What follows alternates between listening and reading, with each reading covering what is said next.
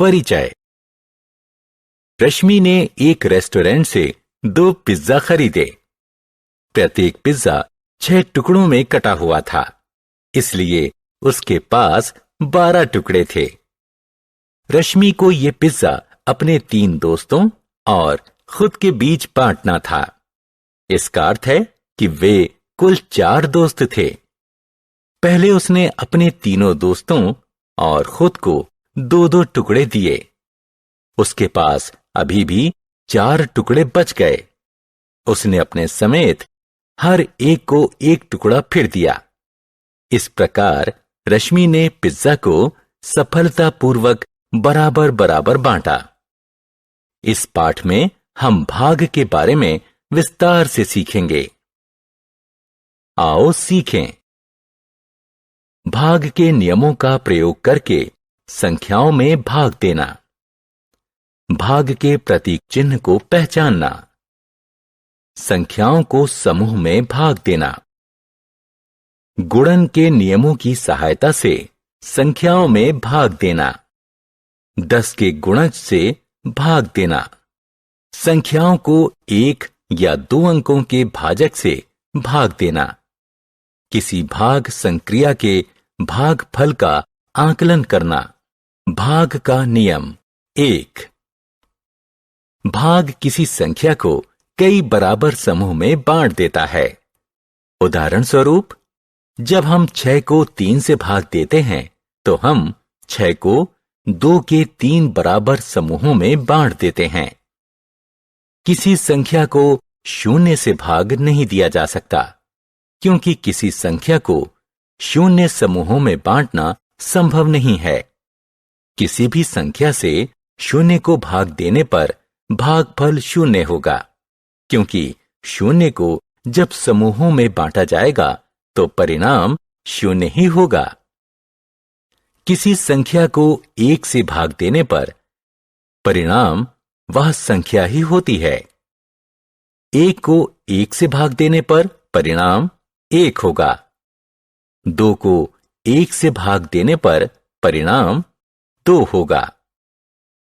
3 को 1 से भाग देने पर परिणाम 3 और आगे भी इसी प्रकार चलेगा। भाग का नियम 2। आइए 2 और 3 के भाग के नियम सीखें। 2 को 2 से भाग देने पर परिणाम 1 होगा। 12 को 2 से भाग देने पर परिणाम 6 होगा। इसी प्रकार 6 में 3 से भाग देने पर परिणाम 2 होगा। अब आइए 4, 5 और 6 के भाग के नियम देखें। 4 को 4 से भाग देने पर परिणाम 1 होगा। 20 को 4 से भाग देने पर परिणाम 5 होगा। 10 को 5 से भाग देने पर परिणाम 2 होगा। इसी प्रकार 18 में 6 से भाग देने पर परिणाम 3 होगा। अब 7, 8 और 9 के भाग के नियम जानने का समय है। 21 को 7 से भाग देने पर परिणाम 3 होगा। 56 को 7 से भाग देने पर परिणाम 8 होगा।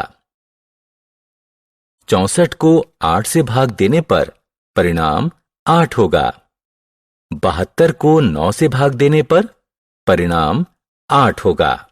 भाग का प्रतीक चिन्ह। इन चिन्हों को देखिए, ये भाग के चिन्ह हैं। उदाहरण स्वरूप, 4 को 2 से भाग को इस तरह लिखा जा सकता है। समूह बनाकर भाग। यहां 15 किताबें हैं। 5 किताबों को एक थैले में रखा जा सकता है। 15 किताबों को रखने के लिए कितने थैले चाहिए? 5-5 किताबों का समूह बना लो। 15 किताबों से ऐसे 3 समूह बनेंगे। अतः 15 किताबें रखने के लिए 3 थैलों की जरूरत पड़ेगी। यहां 20 सेब हैं। एक टोकरी में 4 सेब रखे जा सकते हैं।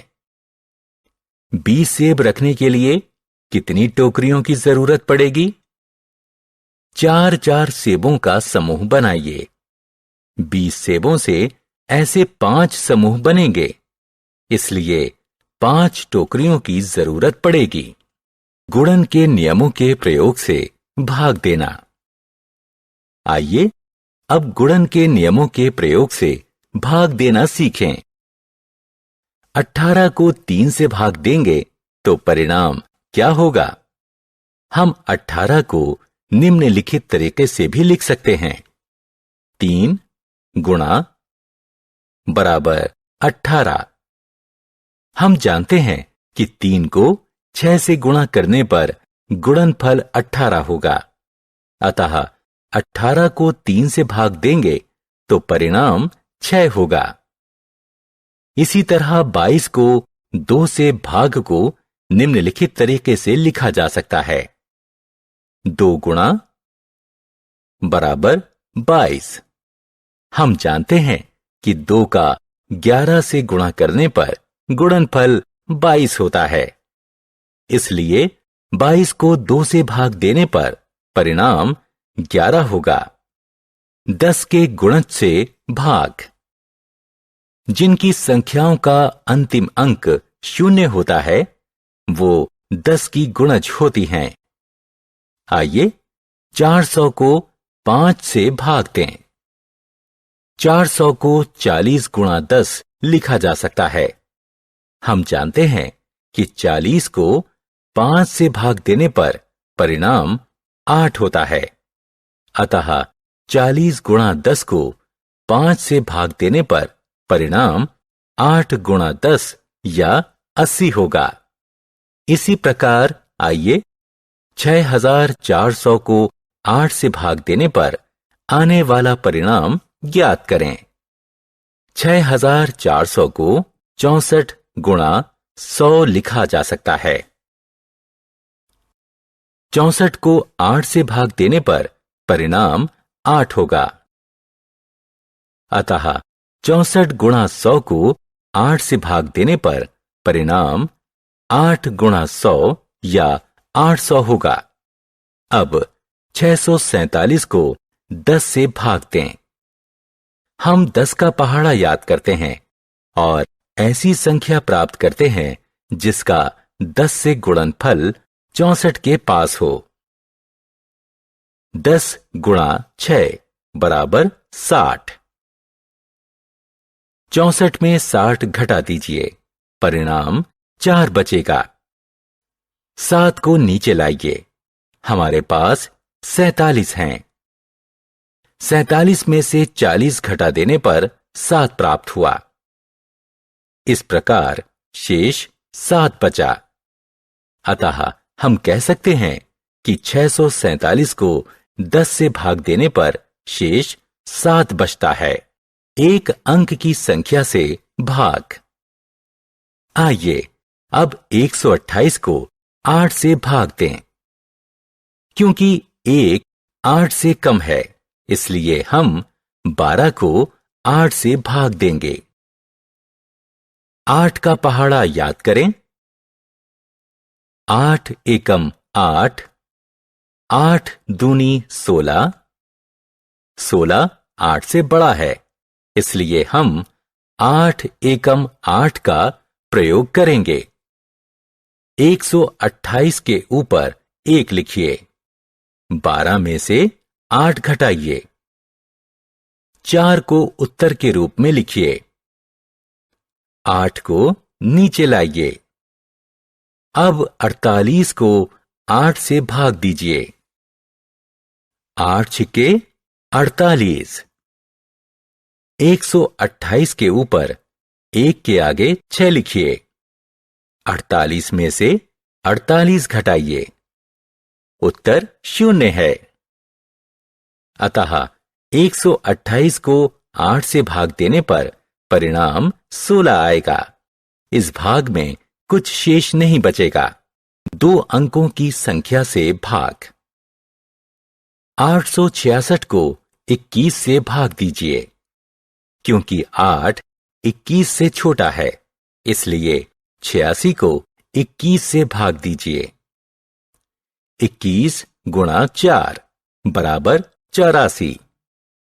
866 के ऊपर 4 लिखिए और 86 से 84 को घटा दीजिए। परिणाम 2 आएगा। 6 को नीचे लाकर 26 प्राप्त कीजिए। अब 26 को 21 से भाग दीजिए। 21 गुणा 1 बराबर 21। 1 को 866 के ऊपर 4 के आगे रखिए और 26 से 21 घटा दीजिए। परिणाम मिलेगा 5। 5 शेषफल है। अतः 21 से 866 में पूरा भाग नहीं दिया जा सकता। 866 में 21 से भाग देने पर शेषफल 5 के साथ परिणाम 41 होगा। आकलन। वह कौन सी संख्या है जो 5 और 10 के बीच पड़ती है और 2 एवं 3 दोनों से विभाजित होती है? 2 एवं 3 का पहाड़ा याद करें। कौन सी संख्या 2 और 3 दोनों के पहाड़े में आती है? वह संख्या है 6 और 6 ही 5 और 10 के बीच पड़ती है। अतः हम कह सकते हैं कि 6 ही वो संख्या है जो 2 और 3 दोनों से विभाजित होती है। हमने क्या चर्चा की? किसी संख्या को 1 से भाग देने पर परिणाम वह संख्या ही होती है। 0 को किसी संख्या से भाग देने पर परिणाम 0 होता है। 0 से भाग देना संभव नहीं है। ये भाग के प्रतीक चिन्ह हैं। गुणन के नियमों की सहायता से संख्याओं को भाग दिया जा सकता है। समूह बनाकर भाग संभव है। किसी भाग संक्रिया के परिणाम का आकलन किया जा सकता है।